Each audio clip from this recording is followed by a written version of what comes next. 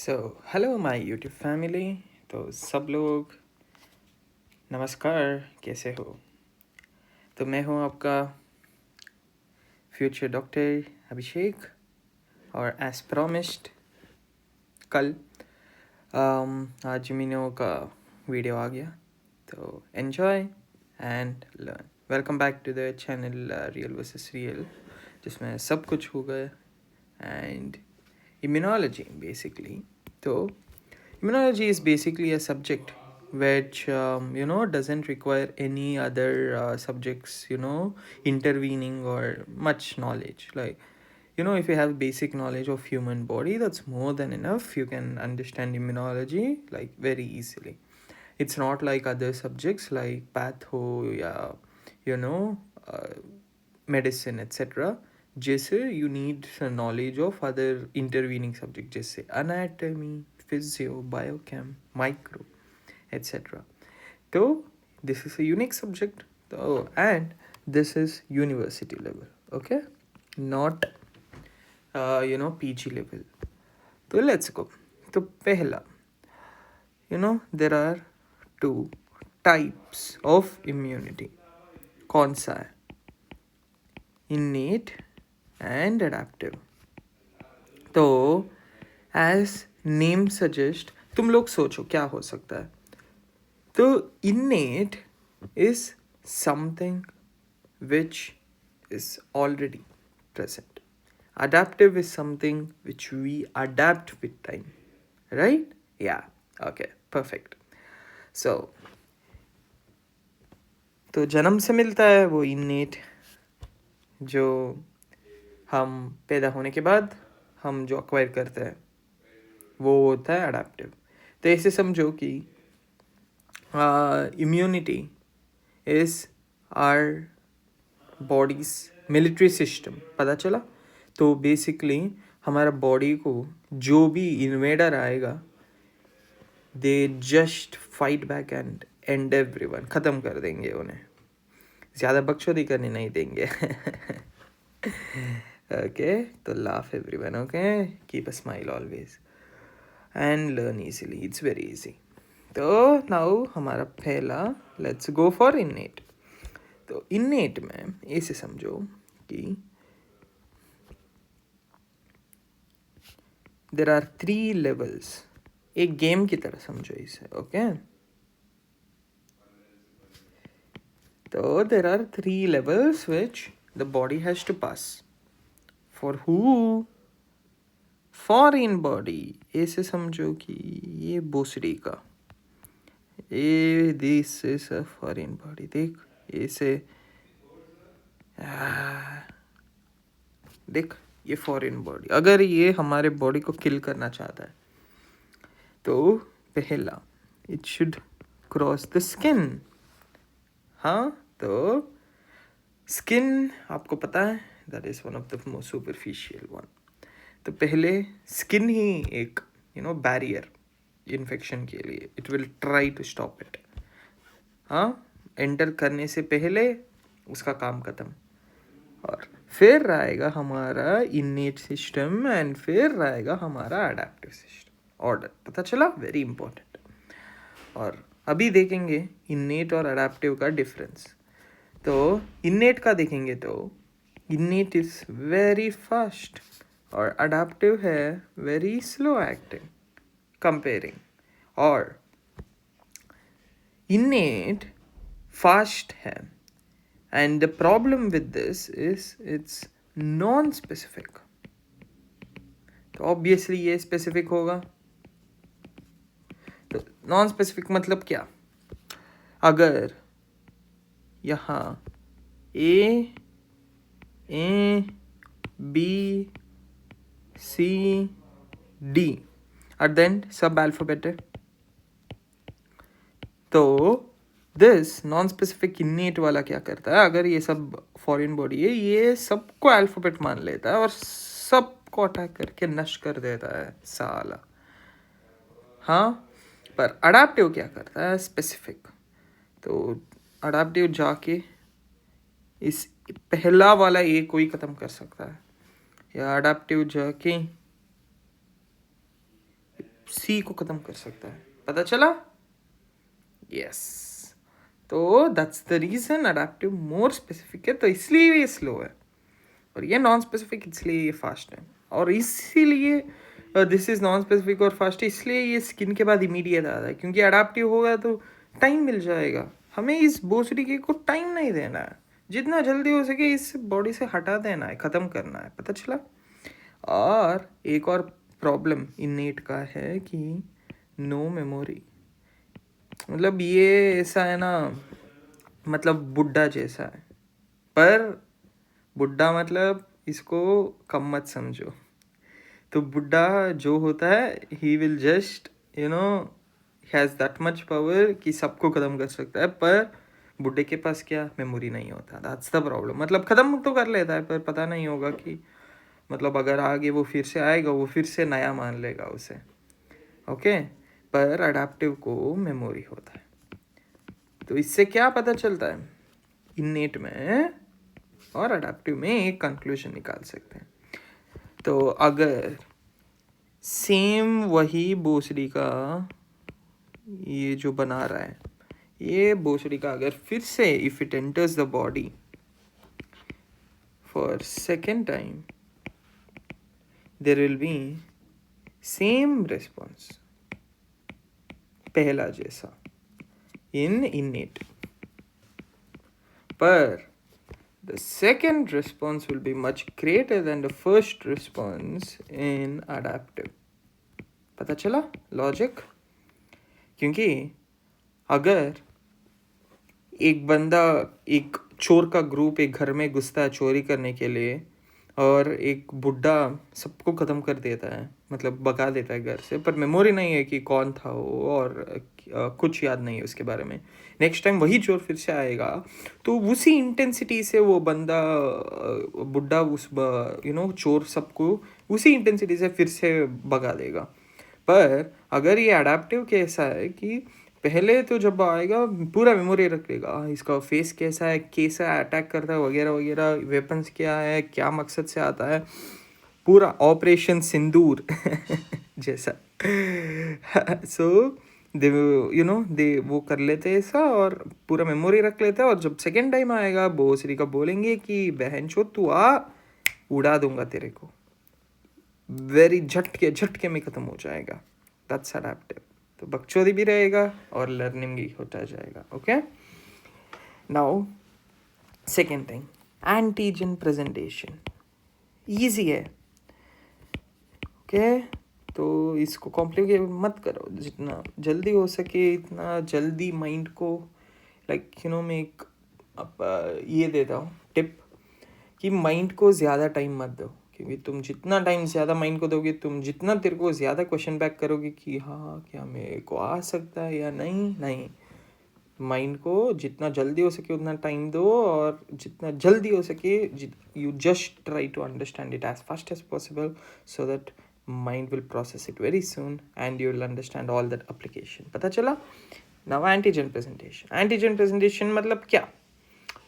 तो it's like एक military है, मिलिट्री का बड़ा ऑफिस। ओके, और तुम्हें पता है कि ये सब भी कंट्री के अंदर है ना? तो ये मिलिट्री का एक होता है इंटेलिजेंस बेस। तो तुम लोगों ने धुरंधर देखा है? धुरंधर तो धुरंधर में क्या था? एक एजेंट को भेजा जाता है, क्यों? ताकि वो सारा इंफॉर्मेशन लेकर इस मिलिट्री को दे, और मिलिट्री क्या करेगा? उसका एक ग्रुप रहेगा सब लोग का, तो उसको अलर्ट कर देगा, और सब लोग रेडी रहेंगे, और अटैक ख़त्म। तो ये बंदा जो धुरंधर में था, हमजा अली, तो ये बंदा क्या करेगा? सारा information with including proof everything सब कुछ इंटेलिजेंट बेस को देगा, और ये मिलिट्री को देगा, और ये एक्चुअल अटैकर्स हों। तो अटैकर्स सिर्फ काम करते हैं, they will not know anything, सिर्फ जो बोला जाता है वो करते हैं। तो एंटीजन प्रेजेंटेशन भी ऐसा होता है. तो एंटीजन क्या होता है?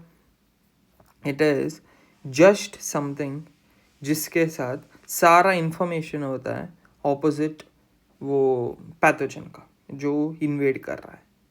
पता चला? Yes.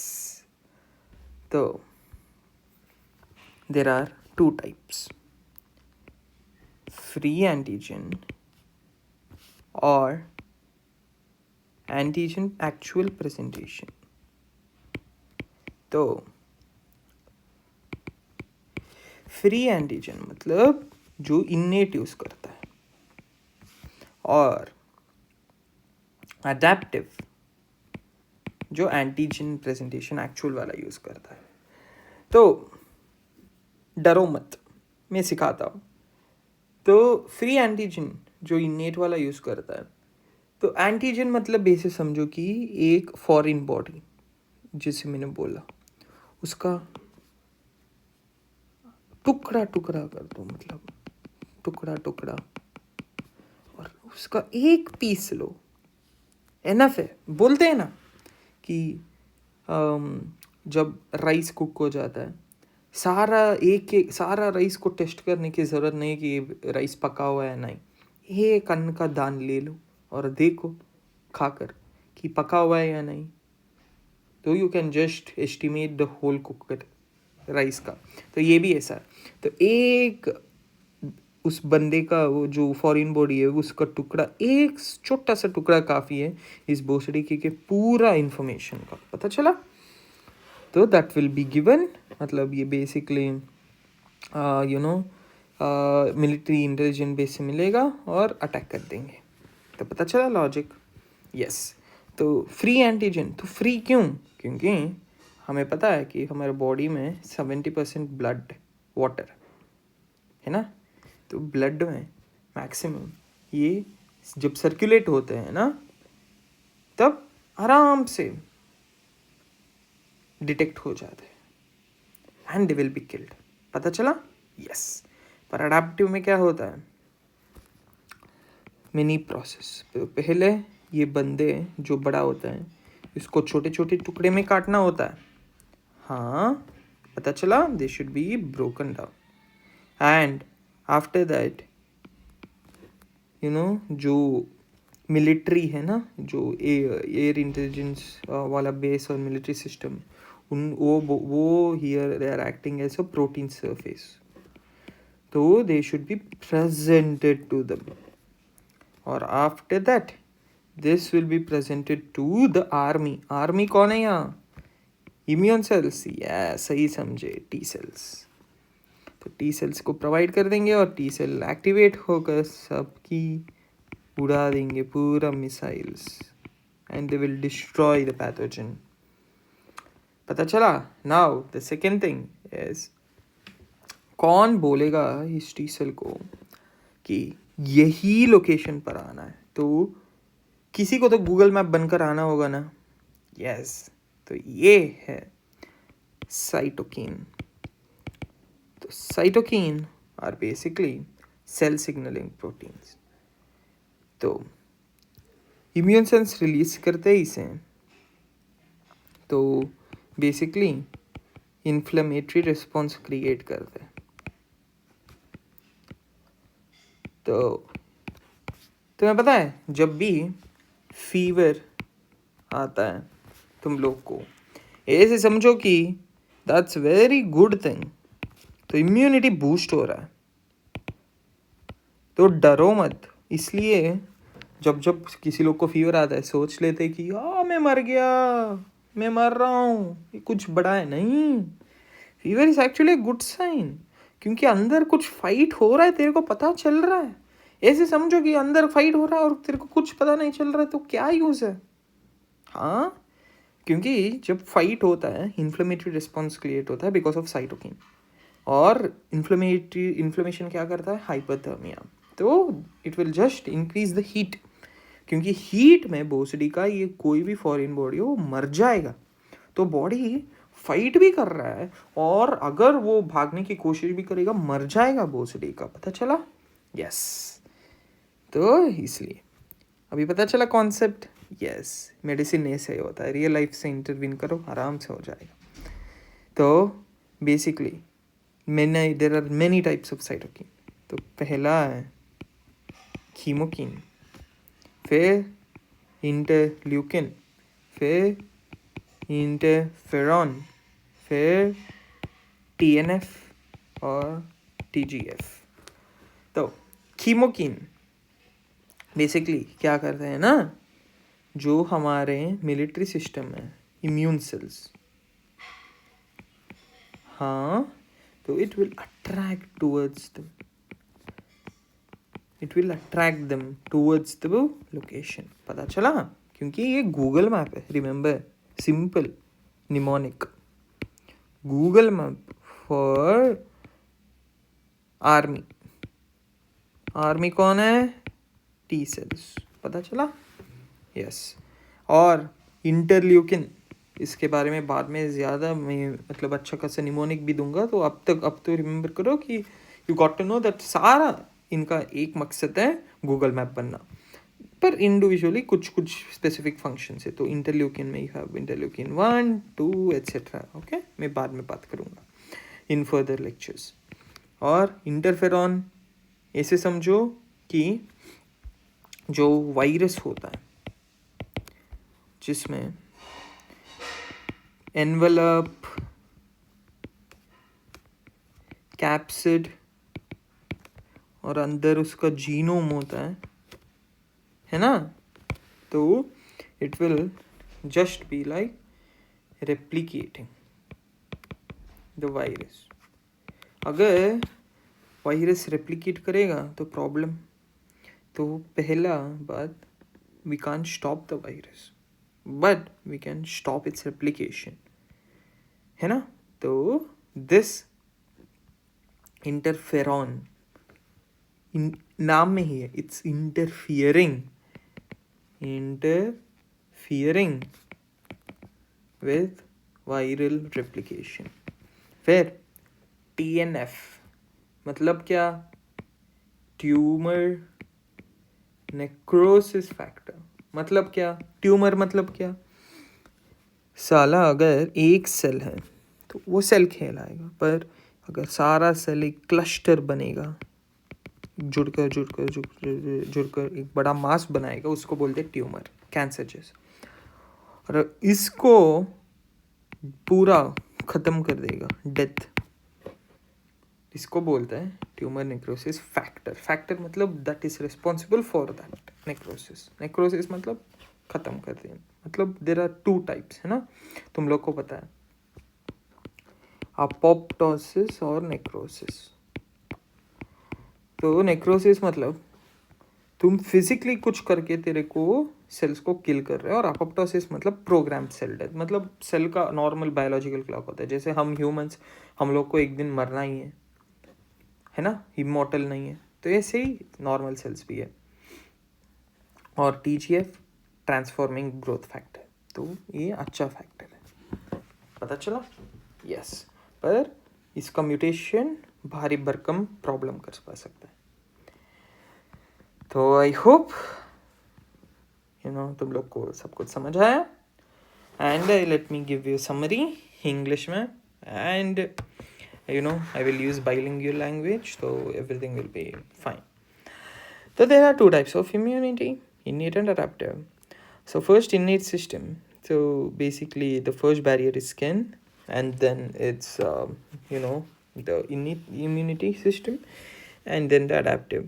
So innate is fast pace acting, non-specific and no memory. Adaptive is slow acting, highly specific and memory is there. And antigen presentation,